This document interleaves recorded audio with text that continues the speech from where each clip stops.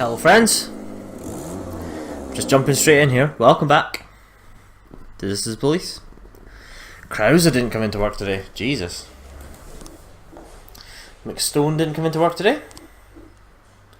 Charleston drank too much, doesn't think he can hold it together. Oh shit, I meant to send him home.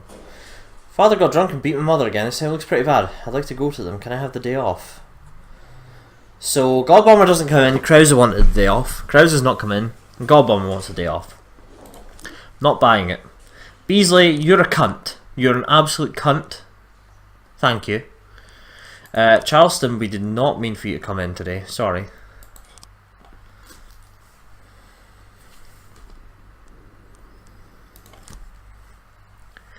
Let's just have no music. Since half the songs we've got are pretty bad. It is Christmas Eve. And I've only wrapped 2 fucking presents. It's Christmas Eve and I've only wrapped 2 fucking presents. And I hate your guts. I hate your guts. And I'll never talk to you again. Unless your mum will suck me off. Unless your dad will touch my cock. Ejaculate into a sock. I'll never talk to you again. It's Christmas Eve and my grandpa just ate 7 fucking hot dogs. No, I'm not doing the second verse. Due to a lack of federal subsidies, the city treasury can no longer afford expensive prosthetics. Disabled veterans who are not going to be receiving artificial limbs somehow learned of this and have joined with local journalists to arrange a whole live news show. Whining on TV isn't going to grow anyone new legs. We need to teach people they'll get no special treatment just because they're disabled. If you need to grab someone's crutches and put their nose in the asphalt, then so be it. Fucking hell! Right, first things first, Beasley, now that you've decided to come into fucking work, dickhead, take Robbins and Baloney with you, take a fucking SWAT team, and go get Bob Farber. Reckless endangerment, Christmas tree. A man in a Santa Claus suit, who was supposed to be part of the evening show, drank a lot of alcohol and ran straight into the midst of the festivities, then climbed up the giant tree and began to swing. The audience is shouting for the man to come down. The tree is about to fall over right on top of them.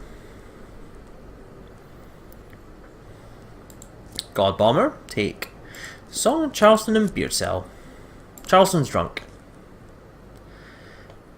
Take him anyway. Right, veterans protest.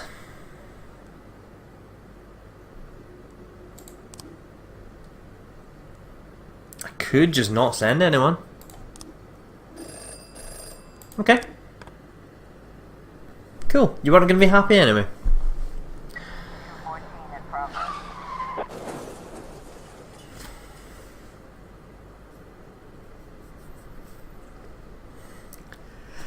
Shit!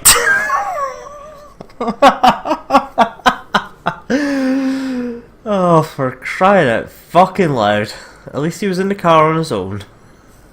Why would they let him drive? Fuck me. While Anna Cruz was walking her chihuahua, she noticed a couple climb into the public fountain and began pulling off each other's clothes. I wouldn't be surprised if they start having sex right there. The nerve, shouted the outrageous Mrs. Cruz. It's fucking cold. Just saying, if I was a guy, I wouldn't want to be stripping off when it was cold.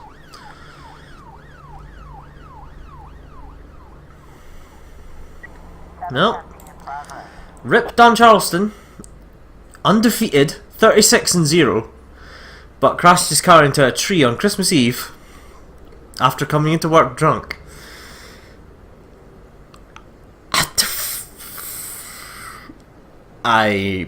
Yeah. I might be a bit of a monster, guys. Ugh, it's true. It's damn true. Hostage situation with a fatal casualty. Veterinary clinic. 7 armed animal rights activists have raided a pet store, demanding the immediate release of all prisoners. Several visitors rushed the exit, and in the confusion, someone fired on a fleeing young man who promptly dropped dead. One of the frightened criminals shouted, "Oh God, I can't go to prison. Let's waste all the witnesses and get out of here. Fuck the damn dogs and cats." We're gonna hang back if we can. We can't.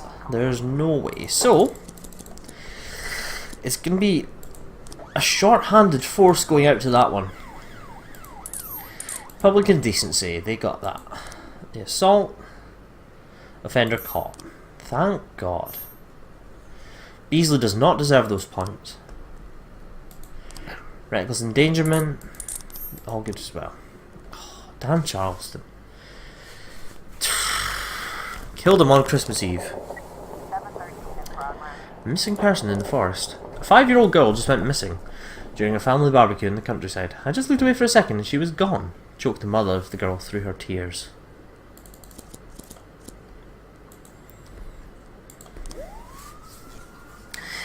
Almost expect this to be a false alarm.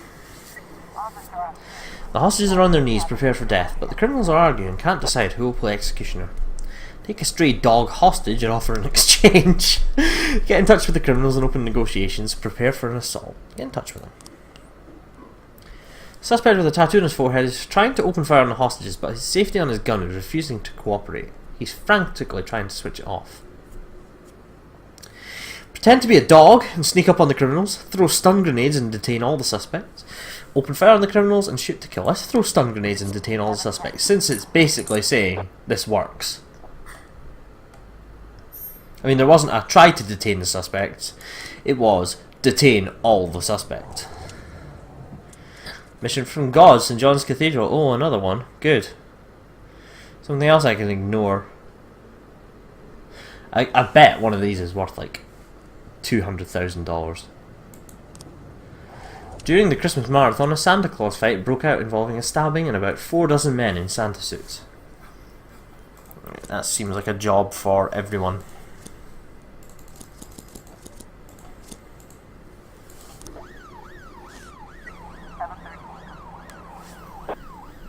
Missing person report. Girl just decided to play hide and seek. All this time was hiding under a tarp in the back of her father's pickup truck.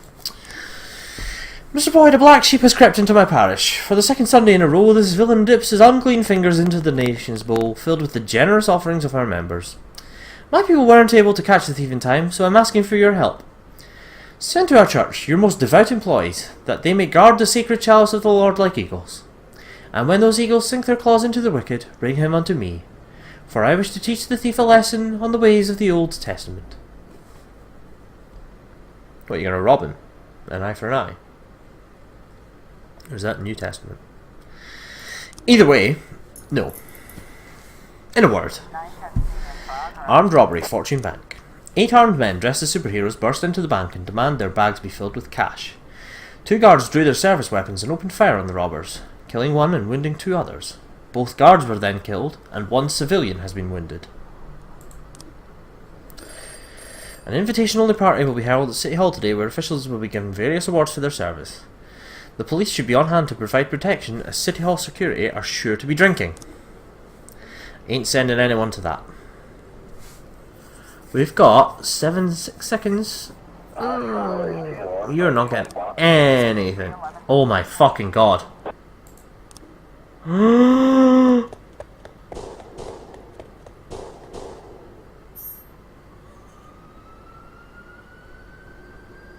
I'd like a do-over, please.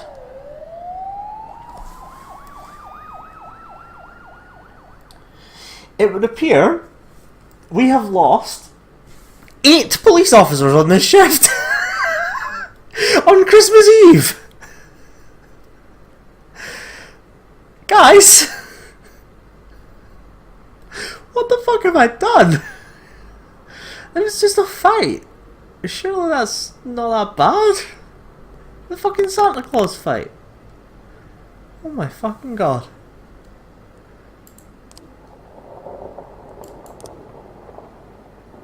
Okay. Well,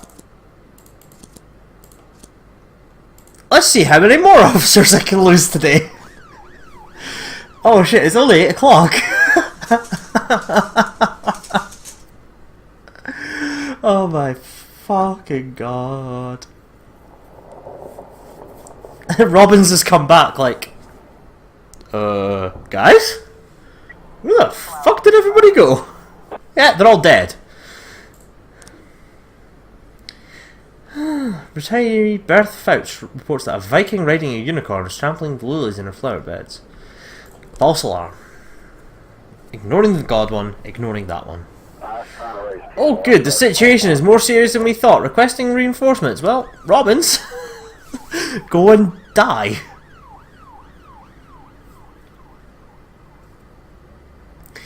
We lost 7 cups. We lost Tony Baloney, ladies and gentlemen.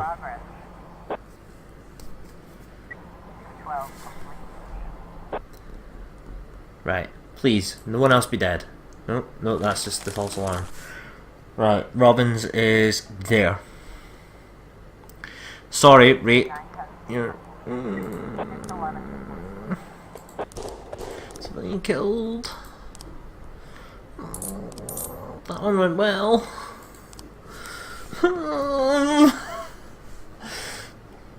Well, my Wuggles.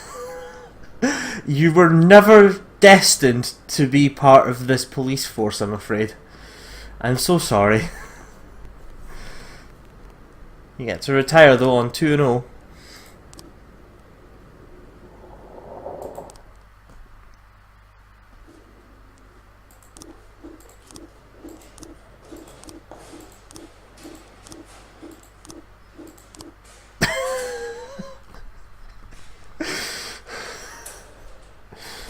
So, how does the Tale of Two Cities start? It was the best of days. It was the best of times. It was the worst of times. How about A Tale of One City, Freiburg. It was the worst of times. It was still the worst of times.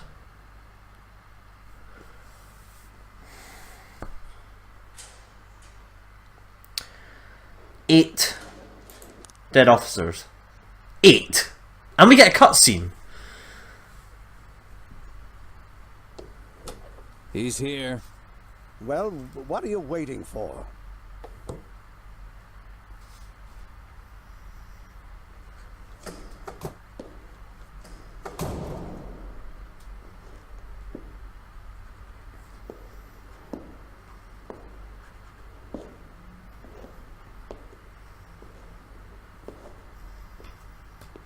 Jack, do you know how I managed to stay mayor for so long? Oh yeah, I know. Is that what you wanted to talk about? No, Jack, it's not that. I've stayed in my position because at the very beginning of my career, I learned an important rule. If someone, anyone, friend or enemy, if they want something bad enough, you can hook them with it. I know just what you mean. What does Jack Boyd want? A good pension? Doubtful. $500,000. I think that whole nonsense is a myth. The others might think that you just want a paltry sum of money and you'll walk away. I think, no, I'm sure of it. You want what you've always wanted, to remain the chief of police. And only I can give that to you. You are to lead a special operation against Chaffee. I want your team to come down like a hammer on his stinking restaurant. I want you to personally be there and stand in front of the cameras. And I want this fairy shot during his arrest, 12 bullets at least. I want to see his mutilated body all over the airwaves. I expect a perfectly planned operation.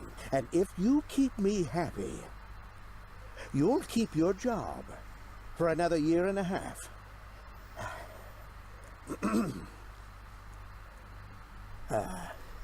I think we have an agreement, huh? Not 1.5 years, Mr. Rogers. For the rest of my life. You think you can dictate terms, Jack? Yeah. Because if someone wants something bad enough, you can hook them with it.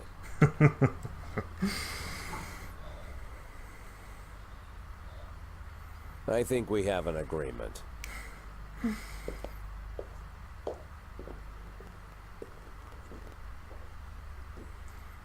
I still absolutely adore the story in this game. The narrative is incredible.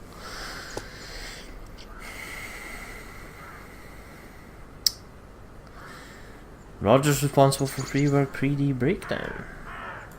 Perhaps. Yes. No.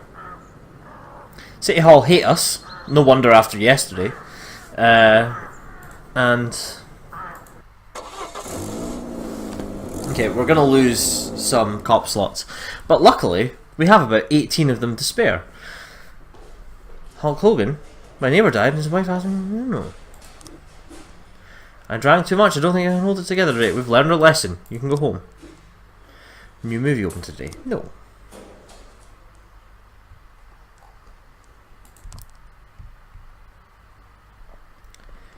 No music, thank you.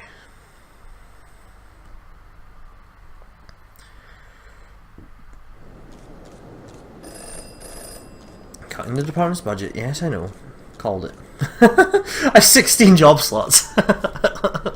You lose 1 job slot. Okay, thanks.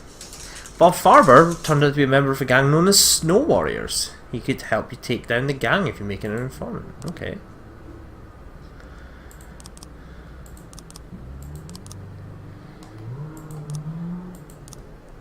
So I could arrest him for 15,000, or I could investigate Marjorie Lump.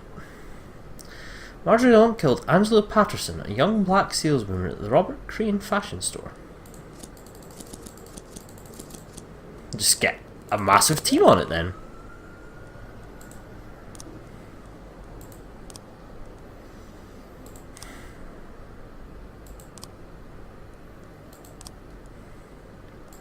It's Christmas Day. We're getting a couple of people jobs. 1210 in progress. A suspicious individual at the motel. Hello, I've been staying at the motel with my sweetie. Having a little fun and relaxing, you know. Then we saw a creepy guy with a scar on his face coming out of the next room. I recognised the guy right away because I've seen him like 5 times on TV. His picture is all over the news. He's suspected of murdering a bunch of people. He's still here, but you better hurry.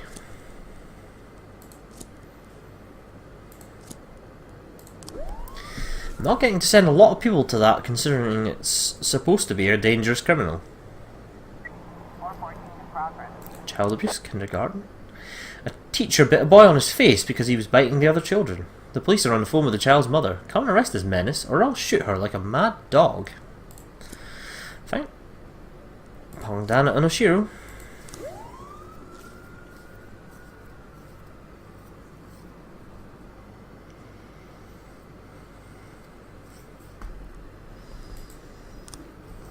Investigation has started into the homicide. It's a 4-frame case. We're not going to lose a lot of sleep over that. One of our employees was brutally assaulted on the way to work. The poor man is currently in the hospital. We need 2 officers on his ward within the next half hour. Tell them to give him whatever he wants. Bring him a pillow, buy him a soda, scratch his back, anything. As far as the investigation into this incident, we already know who was behind the attack.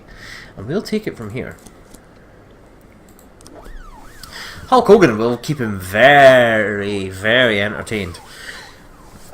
Yeah, what a surprise. The situation more serious than we thought. Let's just leave Everts and Gorshkov. Send everyone else.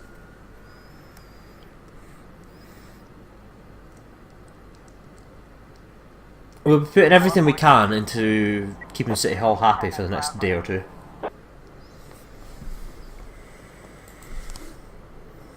Fraud at the beauty salon. A telemarketer lured Claire Dick into a clinic for a free rejuvenation procedure. She arrived at 2 o'clock and received various injections. Afterwards, her whole body was swollen, her muscles went numb, and her face trembled with unbearable pain. Moreover, the clinic is requiring her to pay the full amount of $500 for the procedure. She doesn't have that kind of money, so they insist she'll have to pay in installments. Not if Everts and Gorshkov get on the fucking case. Pondana and Oshiro? Did well. 1210 complete. And report on a suspicious individual. That all went well. Robbery, residential area. A man was robbed by 2 thugs armed with nunchucks. One came from behind and hit me in the back of the knees, and the other struck me right in the nose. I didn't pass out, but near enough. They took all my money and just walked away slowly. Okay. We're going to wait for a couple more people to get back, if possible. We've lost Hulk Hogan for the day, which kind of sucks. Would have been nice to send him on absolutely everything. And we got people back, just in time. So for the nunchuck incident, we're going to send Fishbach, Flores, Roy and Vasilev. For drug sales on Fleet Street, the gravelly voice of Mrs. Adams just phoned in with a new demand. There's brazen black virgins spreading their infection right there in broad daylight. Remove them from the street. I'm afraid for her health. Ozaki, Oshiro and Sanu. Take Robbins as well. And a bomb threat, office building. A cleaner was mopping her boss's office and found a strange bundle of wire sticking out from under the table. I'm afraid to even move, whispered the woman. I wonder if it's a computer. Pongdana and Kubilius. You guys head out there for that probable false alarm. Everts and Gorshkov absolutely destroyed the beauty salon for being dickheads. And are going to go out to this suicide threat in a nursing home. An elderly woman with Alzheimer's barricaded herself in the room with all the medications and started swallowing everything she could get her hands on. The nurse said they can't break down the door on their own. Well, Everts and Gorshkov it is. Report on drug sales. False alarm. Flyers for a hairdresser salon. Two guys with nunchucks are calmly walking down the street. Pounce on the guys, turn on the siren. Hey, ninja wannabes, throw down your toys! Oh god. It worked. Ninja wannabes. Oh man, bomb threat. The bomb in question was just a mess of wires, nuts and bolts pushed into a piece of soap. Apparently someone from the office staff was playing a practical joke. It's not much of a fucking practical joke. 112 in progress. DUI in the suburbs. A passerby saw a car drive up onto the curb, knock over a trash can and then speed off, swerving down the road. You've got to deal with this drunk driving. There are children walking around. Well, that's a Team Asia job. 411. Kwando, technically, is a member of Team Asia, but he's a member of Team Everything because he's Hulk fucking Hogan.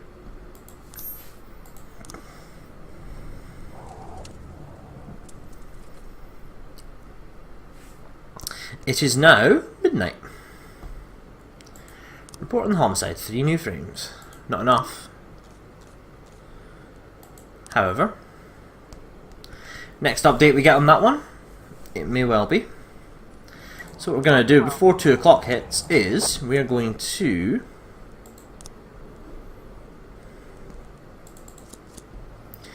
add Beasley and Glasgow to this one. And that way we'll get some frames tomorrow as well. Everyone fine with the DUI? Tell you not fine with the DUI. Dan Charleston, 36 and 0, and dead.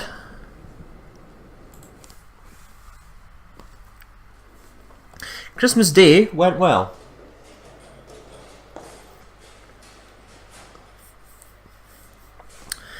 We need people to work tomorrow.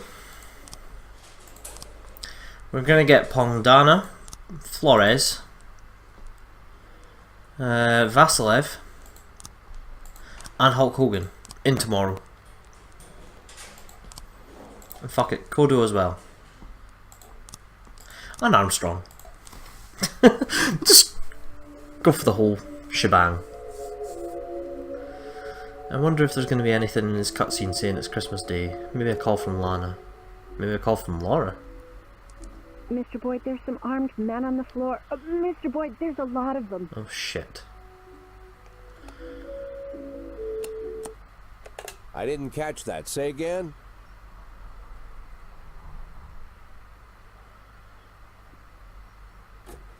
Excuse me, Mr. Boyd. It seems I accidentally frightened your secretary. Ah, they publish these stories in a book? My grandfather read me these stories from the old newspapers whenever I was ill. As a child, I was often ill, several times a year.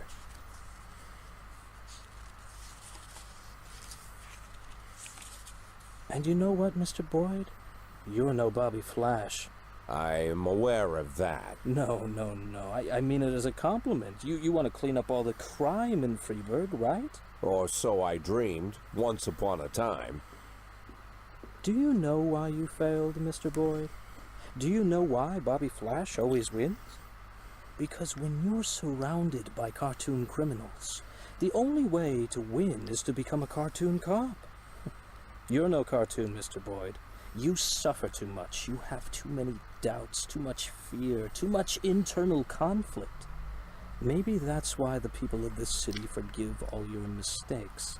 Because you seem like a real human being. If Bobby Flash made a mistake, we'd never forgive him. From Bobby Flash, we want cold, calculated perfection. And this is why I've decided that I don't mind if you keep your job. What, have you abandoned your insane plan to storm the city hall? You think it insane? To solve all my problems in a single stroke, assuming, of course, that we're properly prepared.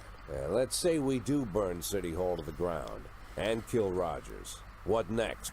You simply walk into the smoke-filled room and take a seat in his smoldering chair? No, Mr. Boyd. I've been preparing for a year for what happens next. I'll give the prosecutor's office an impressive folder with compromising evidence against Rogers. Information about how he suppressed his political adversaries, finally lost his mind, and plotted to rain blood on the streets of Freeburg. Of course, Troy Starr, faithful City Hall employee that he is, will easily confirm all this. At the same time, my dear Jordan will finally decide to break her silence and tell everyone how that fool Rogers threatened her, forced her to kill all the victims of his sexual violence to ensure their unpleasant stories would never come to light. Of course, everyone will understand that we didn't have time for formal complaints. The night before Mayor Rogers' private security detail would plunge the city into chaos, our valiant police chief Jack Boyd made the difficult decision to arrest the mayor of Freeburg. Unfortunately, Rogers descended into delusion and engaged in a shootout with the police, which ended in his death. We'll have to call an early election to replace the mayor, and of course, it won't be too difficult to win the election fairly. And then? You know, Mr. Boyd, most of the facts that I collected in Rogers' file are quite true. Anyone who reads through the mountain of evidence would have no doubt that this man was the most vile person in the world. Murderer, a rapist, thief, racist, sexist. Are you a sexist, Mr. Boyd? I'm sorry? Are you a sexist, Mr. Boyd? Or perhaps racist? I try not to be. That's it. I as well. Although I have long been known under a revolutionary pseudonym, I myself am no revolutionary. I believe in evolution. I am convinced that a city which offers such broad support for racist gangs, a city where people cheer as feminist protests are suppressed, a city which for decades has tolerated corrupt officials, I say this city has no interest in a mayor who unconditionally stands for freedom, equality, and the rule of law. Not yet. But perhaps they are ready for a mayor who tries to stand for freedom, equality, and the rule of law. At least when the situation allows it. That's why you're so popular, Mr. Boyd. The city is ready for people like you and me. For people who are ready to make compromises. I'm counting on you, Mr. Boyd. And, when will they be ready? I beg your pardon? You said that the city isn't ready for a mayor who stands for freedom, equality, and the rule of law. When will they be ready? Who decides when they're ready? I'll decide.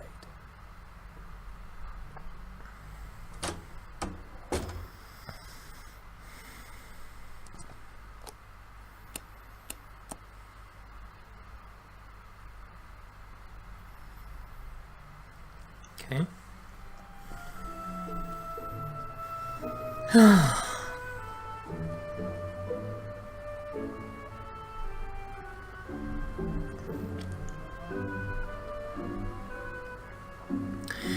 Who the hell do we go for?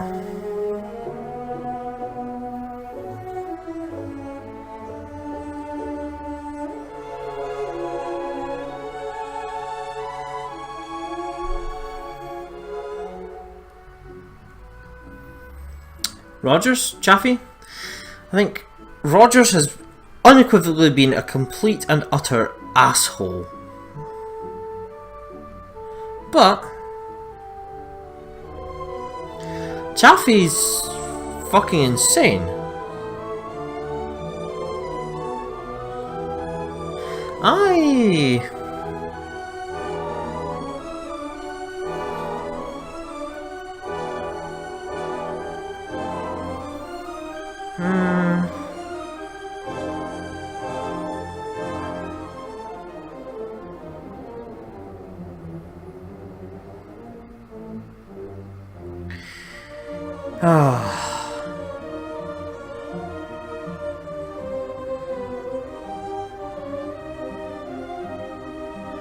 Right.